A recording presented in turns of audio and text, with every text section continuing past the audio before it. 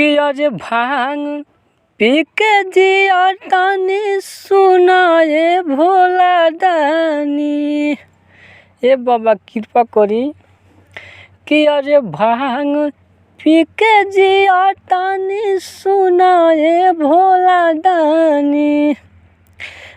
पवन सिंह के दीदिया दिलवा के खूब तुरले बाड़ी। पवन सिंह के दीदिया हमर दिलवा के तुरले बाड़ी। अरे भांग पी के जिया तानी सुनाए भोला दानी। कि अरे भांग पी के जिया तानी सुनाए भोला दानी। विशाल सिंह के दीदिया दिलवा हमार तुरले बाड़ी। विशाल सिंह के दीदिया दिलवा के तुरले बाड़ी। प्यार के हमरा से खूब मजा उले बाड़ी।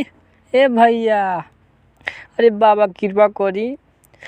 अरे प्यार के हमरा से मजा खूब उले बाड़ी। पवन सिंह के दीदिया दिलवा हमार तोड़ले बाड़ी।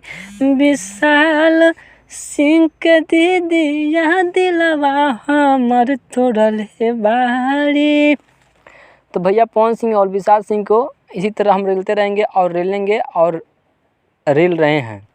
तो भैया नए हो तो चैनल को सब्सक्राइब करें और लाइक करें और साथ में बेल आइकन घंटी को दबा दें, ताकि जो भी ऐसा सॉन्ग या ऐसा वीडियो या ऐसा कुछ भी इस चैनल पे लेकर आएंगे आप लोग के पास सबसे पहले नोटिफिकेशन पहुंचेगा, आप लोग देख पाएंगे।